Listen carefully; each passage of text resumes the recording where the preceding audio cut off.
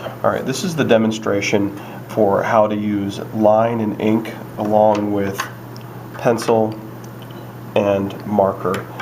There will be 3 different demonstrations. This first one will be on the line technique called hatching. Then we'll go over scribble, and we'll also go over cross-hatching. Alright, so the first thing you're going to want to do, paying close attention to your reference, and this is the toe that I'm drawing right here. I'm just going to show you how to do this one bone with hatching. What you're going to want to do first is kind of go over the bone you're about to add shadowing to with a line, to just kind of get it outlined. And make sure you're paying really close attention to your reference piece as far as adding in the detail and having really accurate outlines. Okay, so if I have this little dip in right here, I want to make sure to include that in the actual drawing. Okay, so once I get the outline laid in, I'm going to start laying in my shadows. Now, looking at this, there's a dark shadow that flows up this direction here and then kind of comes around, but there's a highlight on top of it, so I want to make sure to leave that brown. Like, I don't want to shade that in. Now obviously if you're working on gray paper, you'll leave that part gray.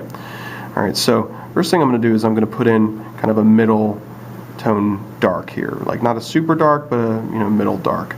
Now with hatching, you're going to want to leave some of the paper showing through, because the paper is actually your mid-tone or your middle value. Alright, I'm going to lay in a nice dark as I see it along the edge of this bone here. And then I see another dark over here, so I'm going to lay that in, and I'm just using lines that go a similar direction.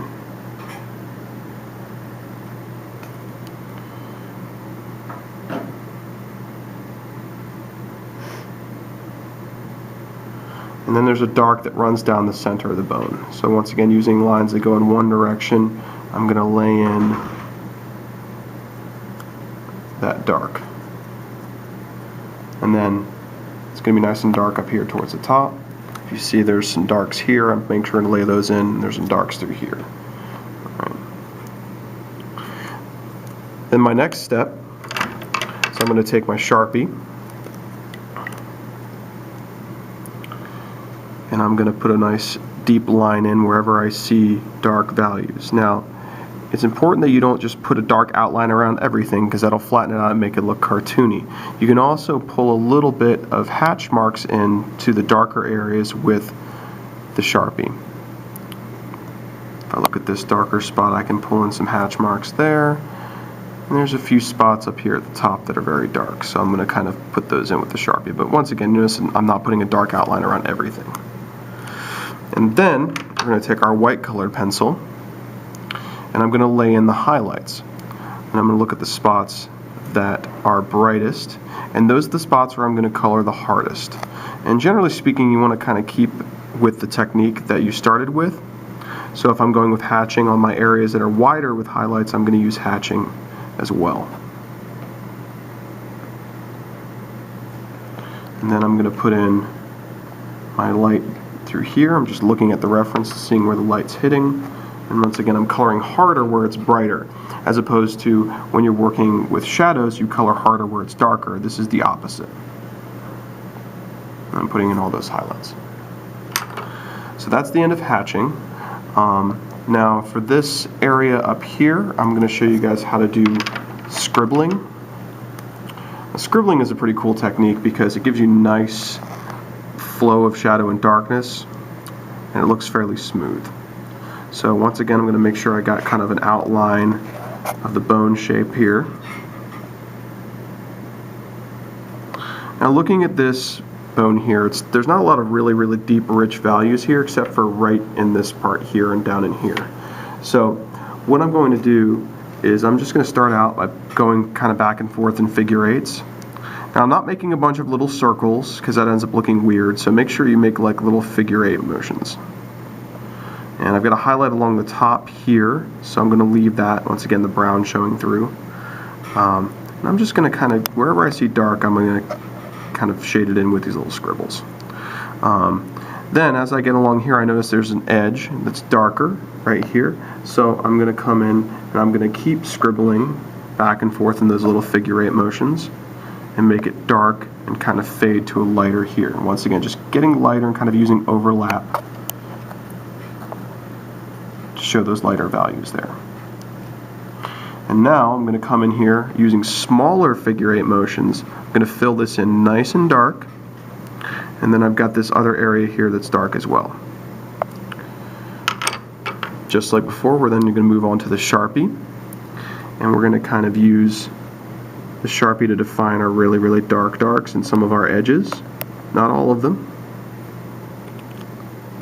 Moving on to the colored pencil, we'll do the same thing. We've got a highlight running here, running across the top, and then there's a little bit of highlight on the one side there. The third technique I'm going to show you guys is going to be called cross-hatching. With cross-hatching, so again, we're starting out the same way we did with hatching, putting in lines to define the edges of the bones.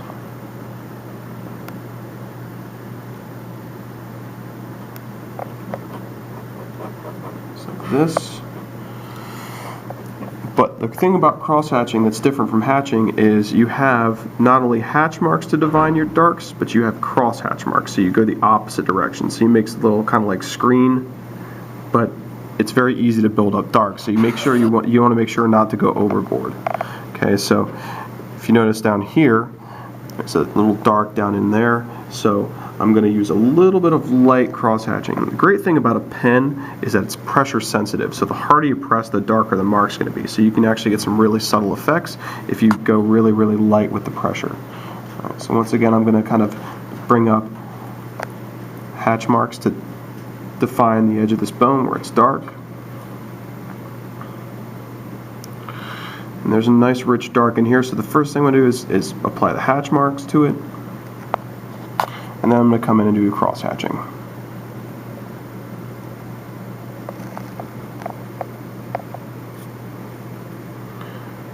Put in some hatch marks here. And when you're doing cross-hatching, it's okay to let just hatch marks exist. Like, you can let the cross-hatching define like the really dark areas, and you can let the lighter areas be defined just by hatching. Cross-hatch that in there.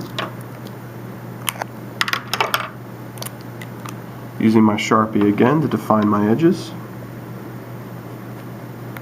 Usually I'll just kind of go on one side of the bone with the Sharpie line to kind of define it and give it a little bit more pop. Once again, I'm going to come in here with my highlights and define those.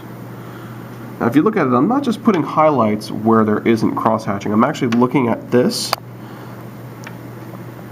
to make sure that it's not darker. So if you guys look, you can see this is the brightest part of the bone, so that's where I'm putting that super bright highlight. Now there's a little bit of a light on the other side, so I'm going to just put that in as a very, very light stroke of white, but not super duper dark. And once again, I'm going to come in here and just put a little bit of a light stroke of white to define that edge.